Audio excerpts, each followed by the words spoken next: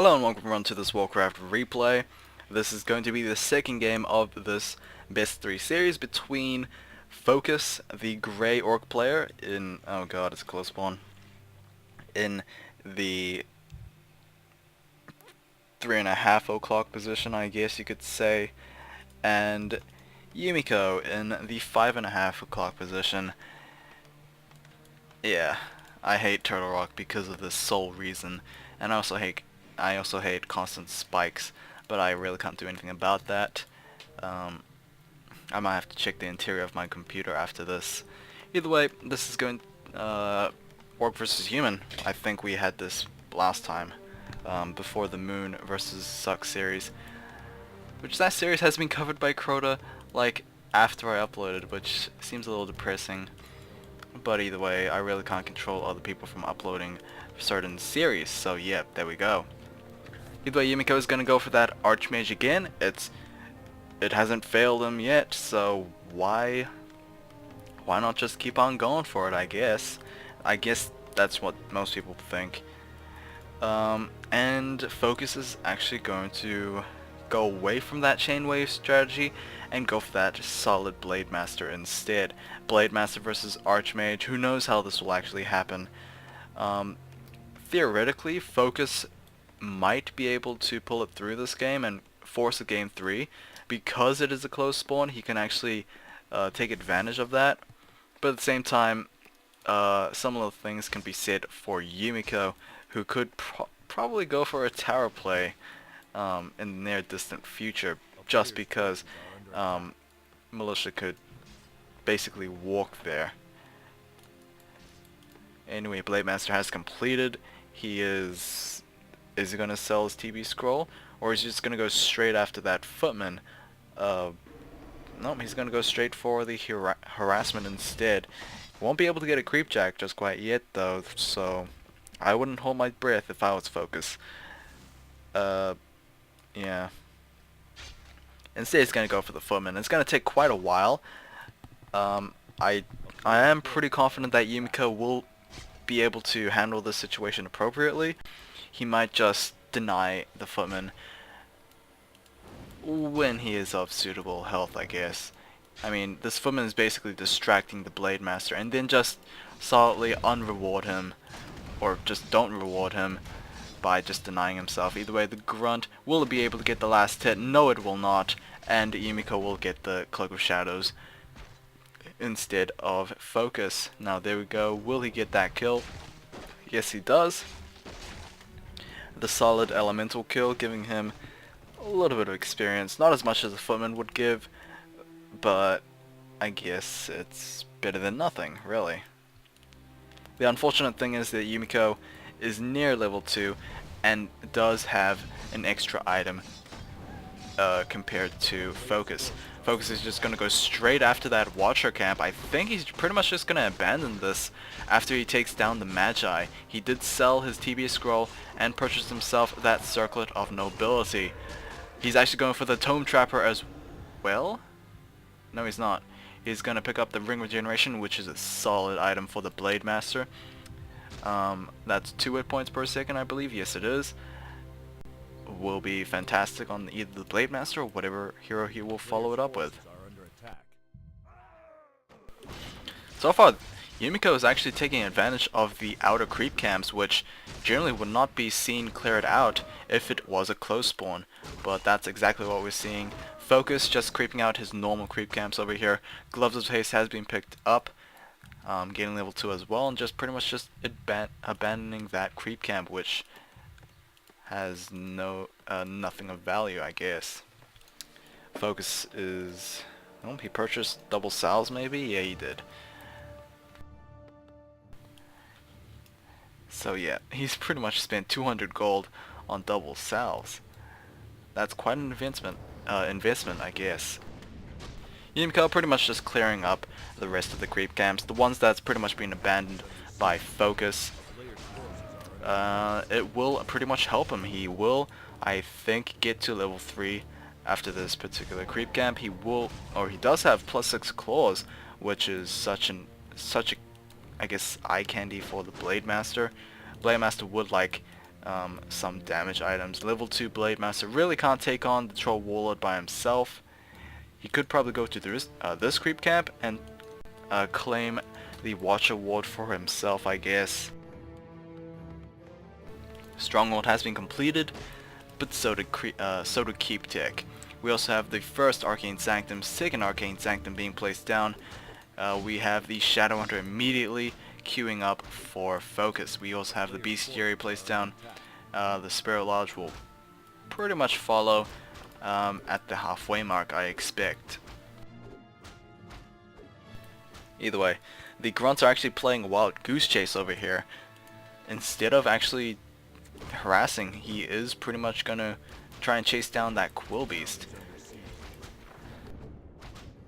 Oh, this is rather interesting. Maybe just maybe, FoCuS should have placed down that Bestiary after he killed off that Quill Beast, because that second Bestiary is saying quite a lot. It's either two things. It's either Mass Raiders, or it is Wind Riders, basically Wyverns. How will Yumiko actually react to this? Has Yumiko spotted it? That's the first question. Obviously, looking at that structure, it's clearly not a Spirit Lodge. Spirit Lodge is a little bit more circular, so yeah. Probably will find an answer to that. Either way, Archmage is still a pretty good answer for a Wyvern.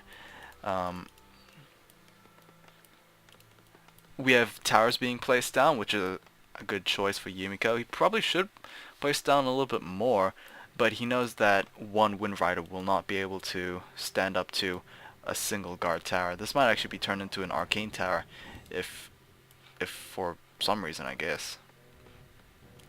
The first Wind Rider is out, and we are pumping out 2 more.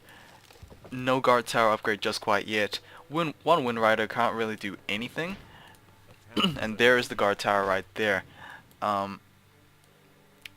Yeah, like I say, one Wind Rider can't really change the pace of this game, unless it was a little bit earlier, but you really can't get any earlier than that. One Orc Barrel will be destroyed, pretty much capping FoCuS right now, which is not that good. Shadowhunter is at level 1. He's most likely got his Hex out, and the Windwalk. You really can't successfully surround a Blade Master. However, since he does have that dust, the Blade Master still takes a lot of damage.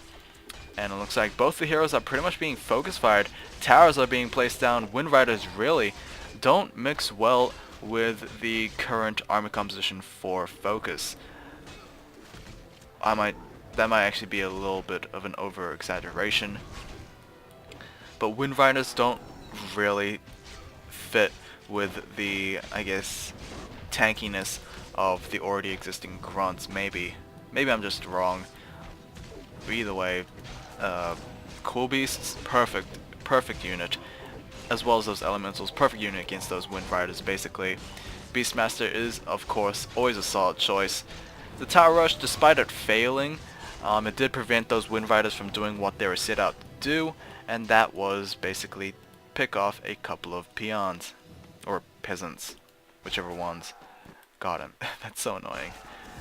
Level 2 on that Shadowhunter, and we do have that Hex on the Footman, severely reducing that movement speed as well as any capability of the Footman right there, giving a free kill to the Blade Master.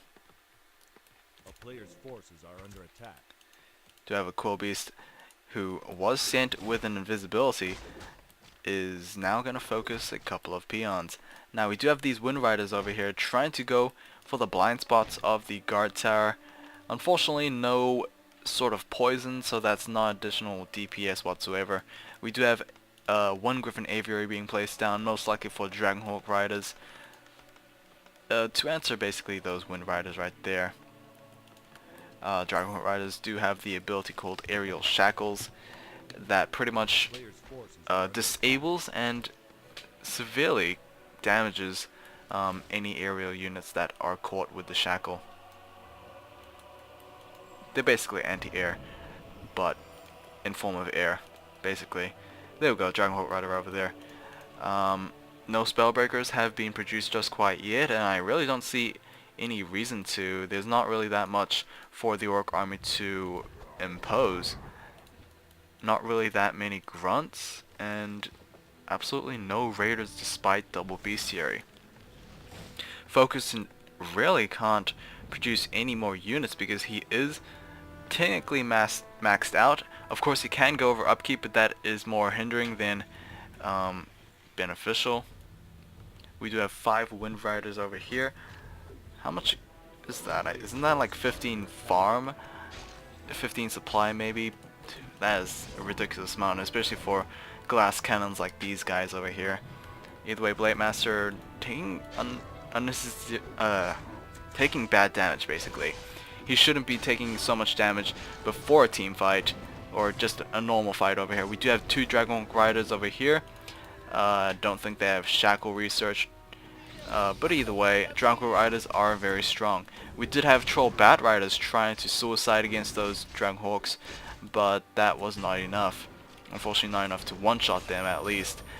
Healing Wave is going to save that Blade Master, and this is a rather favorable fight for Yumiko right now. There we go with the Shackles. Hex is going to disable that immediately. Invisibility is going to be casted on the low hit point Dragon Rider, and the health pot, ooh, just saving that Blade Master, but the level 2 on the Beast Master, to be honest, Hawk, Bear, it doesn't really matter. Any summon unit will force FoCuS to feel a little bad. However, the Beastmaster has no mana. Doesn't really matter. FoCuS is going to give the GG, and he gives the series to Yumiko. So thank you guys for watching. Sorry about the constant spikes over there. I really don't know what is happening. Either way, next series is going to be Loliet versus FoCuS. Or it might be Loliet versus Shishi. I might do that. Just give FoCuS a little break. Either way, take care.